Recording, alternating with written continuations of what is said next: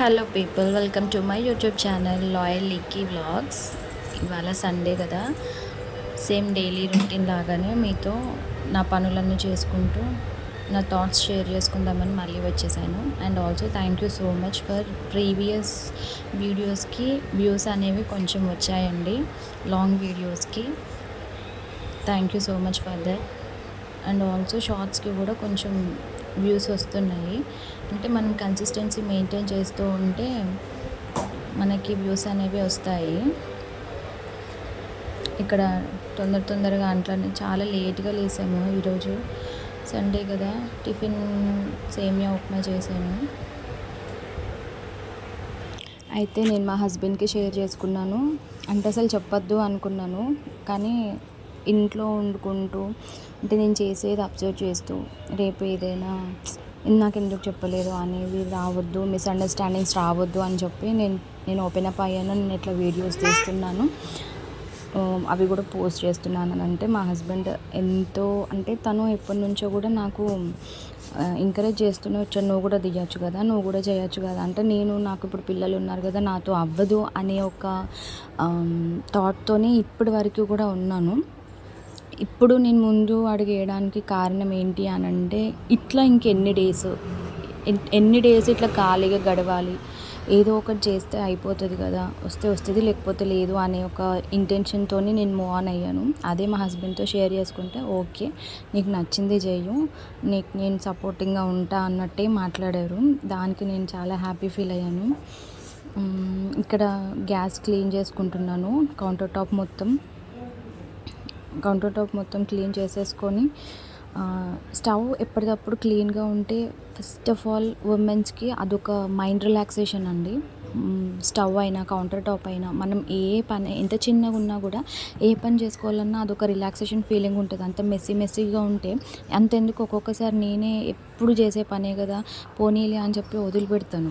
అట్లా వదిలిపెట్టినప్పుడు ఏమవుతుంది, మనకి మెస్సీ అనిపించి అసలు అటువైపు వెళ్ళాలనిపించదు. ఏ పని చేసినా కూడా చికాకుగా అనిపిస్తూ ఉంటుంది. సో అదన్నమాట, ఇక్కడ అదే చేస్తున్నాను. ఇంకేం షేర్ చేసుకోవాలి, ఏం కంటెంట్ ఇవ్వాలి, వాయిస్ ఓవర్ దేని గురించి ఇవ్వాలి అని అంటే, మా హస్బెండ్ ఏం చెప్పారంటే, ఇట్లా రివ్యూస్ ఇవ్వచ్చు కదా దేని గురించి అయినా. అంటే మనం స్టార్టింగ్ స్టేజ్ కాబట్టి మనం ఏం చేస్తున్నామో అది ఇప్పటి వరకే అవుతుంది. ఇంకా ఇది ప్రాసెస్. అసలు 3 షార్ట్స్ పెట్టాలి రెగ్యులర్గా. ఇంకా నువ్వు హాస్పిటల్లో అడ్మిట్ అయినప్పుడు నాకు వాచ్ అవర్స్ అనేవి కూడా తక్కువైపోయాయి అని కూడా నేను తనతో షేర్ చేసుకున్నాను. అవునా ఇట్లా ఉంటుందా అన్నట్టు తను రిసీవ్ చేసుకున్నాడు. ఇక్కడ ఎవరి ఇంట్లో అయినా ఒక కార్నర్ ఉంటుంది. అయితే ఫ్రిడ్జ్ కార్నర్, లేదా కూలర్ కార్నర్, ఆర్ఎల్స్ ఇంకేదైనా కూడా ఒక కార్నర్ ఉంటుంది. ఏంటంటే పనికి రాని సామాన్ అంతా ఎంత ప్లేస్ ఉన్నా కూడా అది ఒక్క దాని మీదకే వెళ్ళి చేరుద్ది. అది ఎంత క్లీన్ చేసినా అక్కడ ఆ ముళ్ళ మూట ప్రతి వస్తువు అక్కడే ఉండాలి.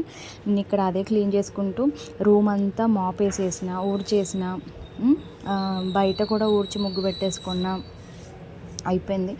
ఇంకా నేను బయట ఉన్నా కాబట్టి మా హస్బెండ్ లేసేసరికి ఇది ఇల్లు క్లీనప్ చేసేసుకొని నేను ఫ్రెష్ అప్ పోవాలి అని చెప్పి నేను టకటక చేసేసుకుంటున్నాను పని అంతా. సో ఇప్పుడు చూడండి ఎంత రిఫ్రెషింగ్గా ఉంటుందో, ఇట్లా క్లీన్గా ఉండి ప్రశాంతంగా ఉంటే మార్నింగ్. అది చూసారా ఎంత క్లీన్ చేసినా, అంటే ఎంత సర్దినా కూడా అక్కడ ఉండాల్సిన థింగ్స్ అక్కడే ఉండాలి. మనకి ఏదైతే ఒక కార్నర్ ఉంటుందో ఆ స్పెసిఫైడ్ కార్నర్ దగ్గర. నేను వేసే ముగ్గులు ఎవరికైనా నచ్చితే లైక్ చేయండి, నచ్చుతాయి అని చెప్పి ఒక కామెంట్ చేయండి. థ్యాంక్ యూ సో మచ్ అండి. నచ్చిన వాళ్ళందరూ ఎంతో కొంత మీ టైం తీసుకొని నా వీడియోస్ చూస్తున్నారు. ఇక్కడ మా హస్బెండ్కి వేడి నీళ్ళు పెట్టినాను. నేను ఫ్రెష్ అప్ అయిపోయి నెక్స్ట్ టిఫిన్ చేయాలి. సేమియా ఉప్మా చేద్దామని చెప్పి చేస్తున్నాను. ఇక్కడ నా కెమెరా సెట్ చేసుకుంటున్నాను. ట్రైపాడ్ లేదు కదా, ట్రైపాడ్ లేకుండా వచ్చే కష్టాలు అంతా ఇంత కాదండి బాబోయ్. ఇక్కడ పోపేస్తున్నాను. మా హస్బెండ్ అంటే తెలిసిన తర్వాత ఉంటాయి కదా థింగ్స్. నేను అక్కడ డబ్బాలో బియ్యం పోసుకొని సరతం పెట్టుకొని నేను ట్రైపాడ్ సెట్ చేసుకున్న. ట్రైపాడ్ వితౌట్ ట్రైపాడ్ అని కూడా నేను సెర్చ్ చేసుకున్నాను. నేను ఇట్లా చేసిన అంటే, నువ్వు ఈ 1 వీక్ నుంచి కొంచెం బిజీగానే ఉన్నాను ఇలాంటివన్నీ చేసుకుంటా అంటే నవ్వుతున్నాడు పాపం, నీకు ఎన్ని కష్టాలని చెప్పి. అంటే మనం ఏదైనా మరి ఎన్ని డేస్ అండి ఏం చేయకుండా ఖాళీగా ఉండడం, మనంతట మనకి మన మీద మనకి ఒకలాంటి గిల్టీ ఫీలింగ్ వస్తుందని చెప్పి నేను ఇప్పుడు సరే ఏదైతే అది అయిందని చెప్పి నేను స్టార్ట్ చేసిన. యాజ్ ఆఫ్ నవ్ అయితే నేను బిజీగానే ఉంటున్నాను. నెక్స్ట్ అదర్ థాట్ అనేది నా మైండ్లోకి రావట్లేదు. ఎందుకంటే నెక్స్ట్ ఏం చేయాలనే ఒక మైండ్ సెట్ వస్తుంది నాకు డే బై డే. చూసారా నేను అంటే ఎంతమందికి నాలాగా ఇట్లా పోపు డైరెక్ట్ నేను ప్లేట్లో ఎప్పుడు కూడా ఓన్లీ ఏదైనా కర్రీ చేసేటప్పుడు వెజిటేబుల్స్ మాత్రమే కట్ చేసుకుంటాను. ఆనియన్ టమాటా మాత్రం డైరెక్ట్ కట్ చేసుకుంటాను. అది నాకు మా మమ్మీ నుంచి అలవాటైంది.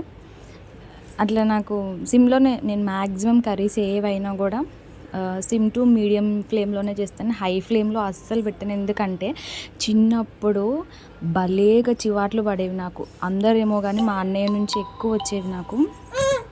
ఫుల్ తిట్టేవాడు, కూరలన్నీ మాడగొట్టేస్తున్నావు, నీకు వంట చేయడానికి రాదు అని చెప్పి.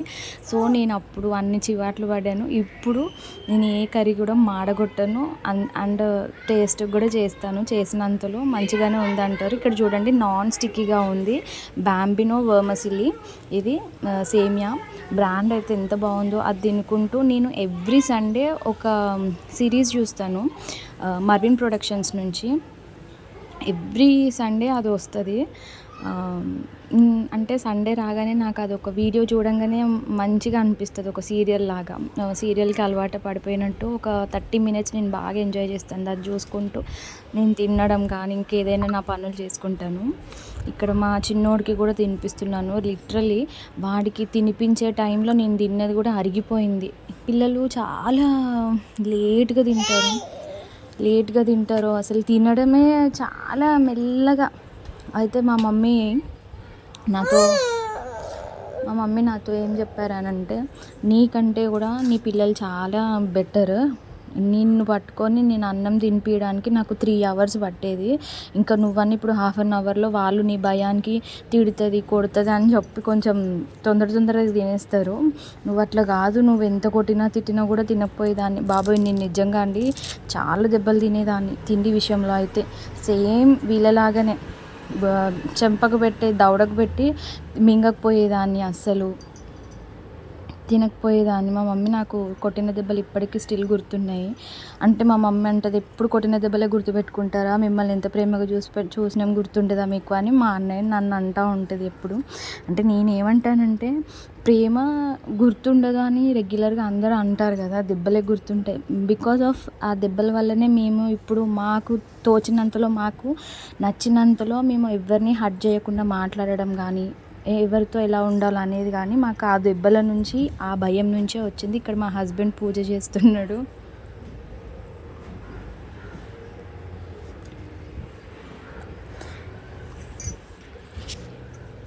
ఇక్కడ మా డాడీ ఊరు నుంచి కందులు తీసుకొచ్చాడు. అంటే మా ఊర్లో వేసారు కందులు. అవి కొన్ని తీసుకొస్తే ఈరోజే స్టార్ట్ చేసినాను. వాటిని కొంచెం వేయించుకొని మిక్సీకి వేసేసి బాగా వాష్ చేసుకోవాలి. బాగా వాష్ చేసుకున్న తర్వాత సేమ్ రెగ్యులర్ పప్పులాగానే నా దగ్గర 2 ములక్కాడలు ఉంటే అవి కూడా కట్ చేసి అందులో వేసాను. కానీ పప్పు టేస్ట్ మాత్రం హైలైట్ వస్తుంది.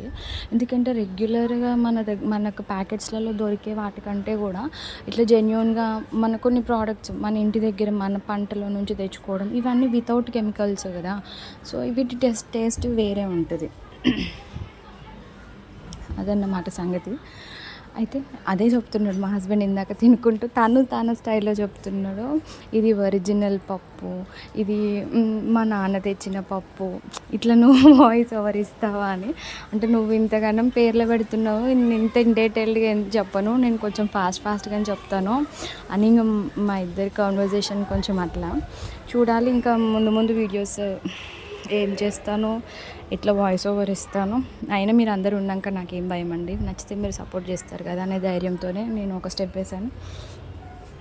ఇక్కడ నెక్స్ట్ క్లిప్లో మీకు కనిపిస్తుంది, నేను ఈ పప్పు చేసే క్రమంలోనే మా బుడ్డోడు అంటే మా చిన్నోడు బయట ఆడుకుంటూ ఉన్నాడు. మా కింద ఇంకొక పాప ఉంటుంది, తను వచ్చిందని చెప్పి తనతో కలిసి ఆడుకుంటుంటే అనుకోకుండా ఆడుకుంటూ కింద పడ్డాడు. కింద పడితే అది పండ్లు ఉంటాయి కదా కింద లోవర్ టీత్ వచ్చి లోవర్ లిప్కి కుచ్చుకున్నట్టు అయినాయి. సారీ, అప్పర్ టీత్ వచ్చి లోవర్ లిప్కి కుచ్చుకున్నట్టు అయి దిగిపోయింది.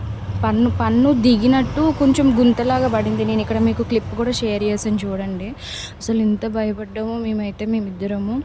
ఎందుకు ఇట్లా నిన్న కూడా అండి, నిన్న మా మమ్మీ దగ్గర వెళ్ళినప్పుడు వాడు ఏంటంటే ఈ మధ్యలో ఈ 2-3 డేస్ నుంచి జంపింగ్స్ ఎక్కువ చేస్తున్నాడు. హై జంప్స్ ఇట్లా ఎక్కువ చేస్తున్నా. అట్లా చేయొద్దు నాన్న, కాళ్ళకి దెబ్బలు తగులుతాయి, అట్లా చేయొద్దు అని ఎంత చెప్పినా కూడా వినట్లేదు వాడు. ఇంకా పిల్లలు కదా వినరు.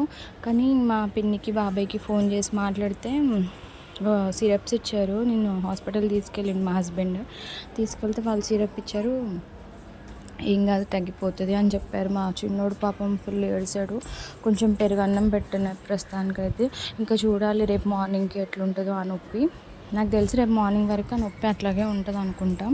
ఈ వీడియో కనుక మీకు నచ్చినట్టయితే ప్లీజ్ సబ్స్క్రైబ్ చేసి, నచ్చితే ఒక లైక్ ఇవ్వండి. థ్యాంక్ యూ సో మచ్ ఇప్పటిదాకా వెయిట్ చేసినందుకు. Bye bye.